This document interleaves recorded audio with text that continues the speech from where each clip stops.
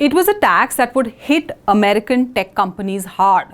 But Trump has prevailed over Canada in this round.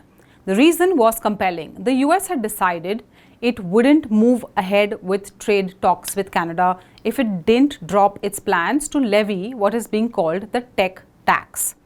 Canada made a sudden decision to drop its planned 3% digital services tax on US major tech companies like Amazon, Google, Meta, and Apple. The tax actually wasn't in effect yet. It was set to start this week, but officials said scrapping it was key to restarting stalled trade talks with the US. At the recent G7 summit, President Trump called the tax a blatant attack on American firms and cut off trade negotiations in response. So, Canada's Prime Minister Mark Carney and Trump later spoke by phone, agreeing to resume talks with a goal of reaching a deal by the 21st of July. The White House has wasted no time to declare victory for Donald Trump, saying Canada's Prime Minister had caved to Trump.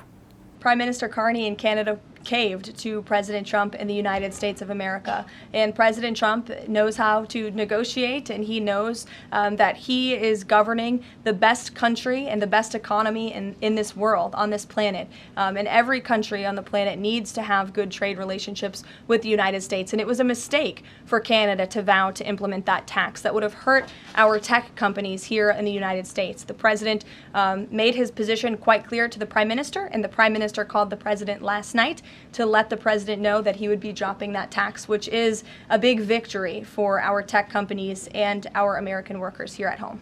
US trade officials and business leaders welcomed Canada's move, and North American markets rallied on news of the thaw. Treasury and Commerce officials said they are optimistic about finalizing agreements before a July 9 tariff deadline. Homegrown businesses in Canada also cheered, warning that the tax would have raised costs for Canadian consumers and hurt investors too. They say removing it helps pave the way for a stronger trade and economic relationship with the US, which is one of Canada's closest and biggest trading partners.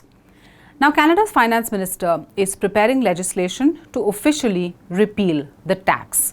Both countries are racing against time to finalize a new trade agreement by the 21st of July. With talks back on track, the big question is whether they can close a fair and lasting deal and avoid more such disruptions. For more such stories, subscribe to SNG News, hit the like button and follow for more news updates.